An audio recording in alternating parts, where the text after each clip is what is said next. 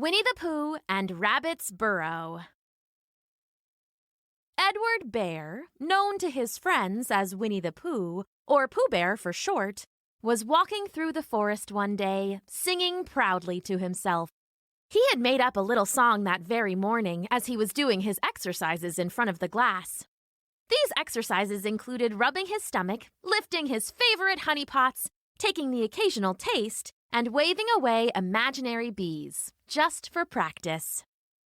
He went tra-la-la-la-la as he stretched up as high as he could go, and then tra-la-la-la-loo as he tried to reach his toes. After breakfast, he had said it over and over to himself until he had learnt it by heart.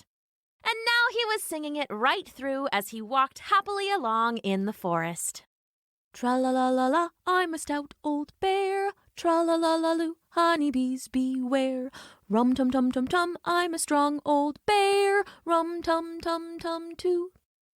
Well, he was singing this song to himself and walking along gaily, wondering what everybody else was doing and what it felt like being somebody else, when suddenly he came to a sandy bank, and in the bank was a large hole. Not a dark and nasty hole, but a warm and soft and tidy one. "Aha!" said Pooh. Tra-la-la-la-la. "If I know anything about anything, that hole means rabbit," he said. "And rabbit means company," he said. "And company means food and listening to me singing and such like. Rum-tum-tum-tum-tum." So he bent down, put his head into the hole, and called out, "Hello, is there anybody at home?" There was a sudden scuffling noise from inside the hole, a quiet muttering, and then silence. Pooh wrinkled up his face in thought and then called out again, this time very loudly. "What I said was, is anybody at home?" "No," said a voice, which then added, "And besides, you needn't shout so loud. I heard you quite well the first time, thank you very much." "Oh, bother," said Pooh. "Isn't there anybody here at all?" "There's nobody here. Now please go away." Winnie the Pooh took his head out of the hole and thought for a little, one stout round hand on his stout round chin. He thought and he thought, and he thought to himself, "Aha! There must be somebody here because somebody must have said nobody." So he put his head back in the hole and said, "Hello down there. Rabbit, is that you?" "No," said Rabbit in a different sort of voice this time, trying to trick old Pooh. But wasn't that Rabbit's voice? "I don't think so," said Rabbit. "At least it isn't supposed to be." "Oh," said Pooh. He took his head out of the hole and had another think, and then he put it back and said, "Well, could you very kindly tell me where Rabbit is?" "He has gone to see his friend Pooh Bear, who is a great friend of his." "Okay then," said Pooh, and then he turned around. "Wait a second," he said, spinning back to the hole, very much surprised. "But this is me." "What sort of me?" came the voice from the hole, very suspiciously. "Pooh Bear." "Are you sure?" said Rabbit, still more surprised. Quite sure," said Pooh. "Oh, well then come in." So Pooh pushed and pushed and pushed his way through the hole and into the burrow. It was a tight fit, but at last Pooh Bear squeezed himself in. "You were quite right," said Rabbit, looking at him all over. "You are Pooh. Glad to see ya." "Who did you think it was?" asked Pooh, brushing the sand from his yellow fur. "Well, I wasn't sure.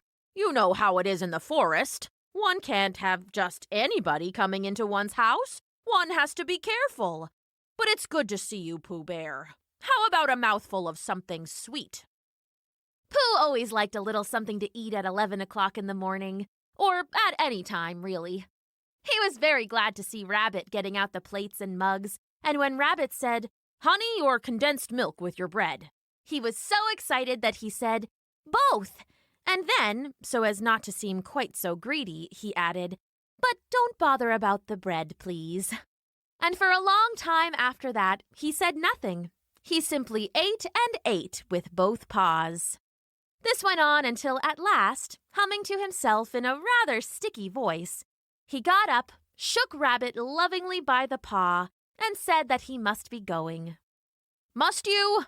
said Rabbit politely, clearly relieved the bear was leaving before he ran out of food altogether.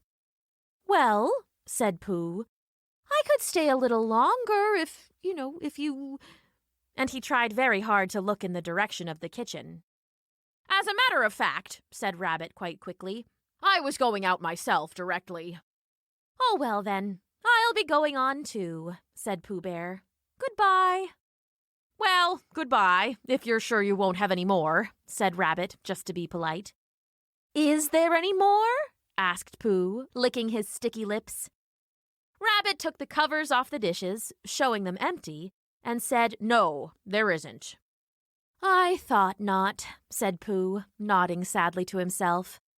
"Well then, I suppose it's goodbye. I must be going on." So he started to climb out of the hole that was the doorway to the burrow. He pulled with his front paws and pushed with his back paws, and in a little while his nose was out in the open again. And then his ears, and then his front paws, and then his shoulders, and then... When Pooh's big belly, all stuffed with honey and milk, got to the hole, he found himself quite and completely stuck. "Oh, bother," said Pooh. "I'd better go back." He tried to back up, but he was wedged too tightly. "Oh, bother," said Pooh. "I shall have to go on." He tried to pull himself out again, but still, his belly was nestled firmly in place. "I can't do either," said Pooh. "Oh, help and bother." Now, by this time, Rabbit wanted to go for a walk too, and finding the front door full of bare bottom, he went out the back door and came round to Pooh. The bear's head and shoulders and soft round paws were sticking out of the hole and into the air. "Hello," said Rabbit. "Are you stuck?" he asked. "Oh, no," said Pooh carelessly. "Just resting and thinking and humming to myself." "Well, I can see you're at least a little stuck," said Rabbit. "Here, give us a paw." Pooh Bear stretched out a paw, and Rabbit took a hold and pulled and pulled and pulled. "Ow!" cried Pooh. "You're hurting me." "The fact is," said Rabbit, "you're stuck." "Well, it all comes," said Pooh crossly, "of not having a big enough front door." "It all comes," said Rabbit sternly, "of trying to fit into places where you cannot actually fit." "You think?" asked Pooh. "I do think so," said Rabbit. "One should always consider whether a door is the right size before trying to fit through it." "Oh," said Pooh. "Then I suppose I will have to remember for next time." "Yes, you will," said Rabbit. "Just wait a moment now. I shall go and fetch Christopher Robin." Christopher Robin lived at the other end of the forest, and when he came back with Rabbit and saw the front half of Pooh, he said, "Silly old bear," in such a loving voice that everybody felt quite hopeful again. "I was just beginning to think," said Pooh Bear, sniffing slightly, "that Rabbit might never be able to use his front door again.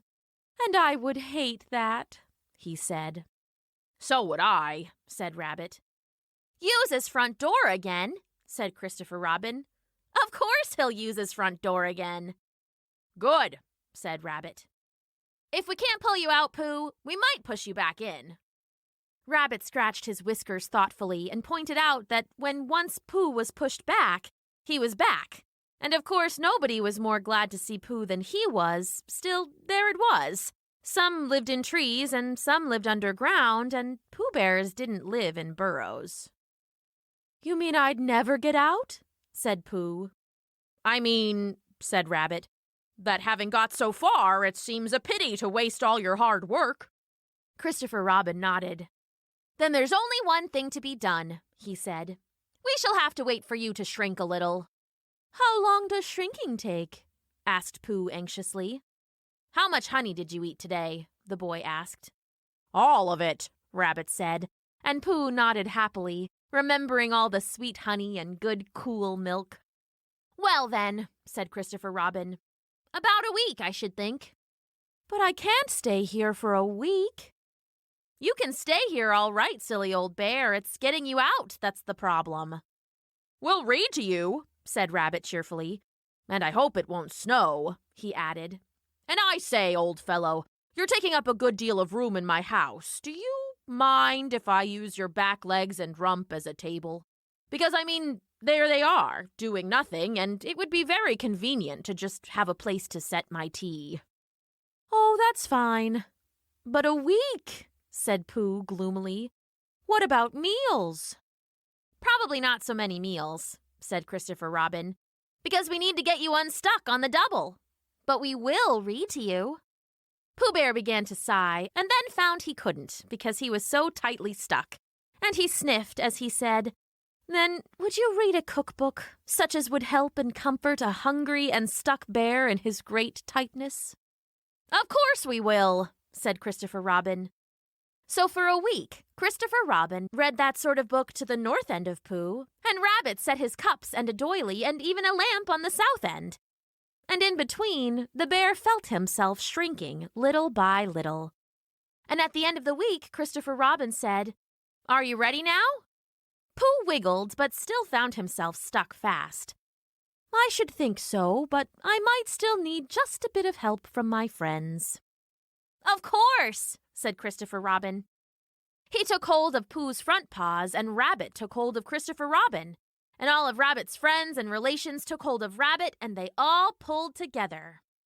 1, 2, 3, they called. They pulled and pulled and pulled, and for a long time, Pooh only said, Ow! And oof! And oh! And then, all of a sudden, he went pop, just as if a cork were coming out of a bottle. And Christopher Robin and Rabbit and all of Rabbit's friends and relations went head over heels backwards, and on top of them came Winnie the Pooh, free at last. We did it, said Rabbit. Finally, you're free, said Christopher Robin. Finally, I can eat again, said Pooh Bear. Say, Rabbit, can I come in for some honey? Pooh, no, laughed Christopher Robin. We just got you out. Oh, that's right, said Pooh. I guess I should be going then.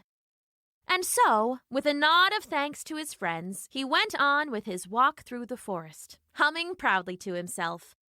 But Christopher Robin looked after him lovingly and said to himself, Silly old bear, I'm glad he's free. Me too, said Rabbit. I will miss that table, though. It made a lovely spot for my tea.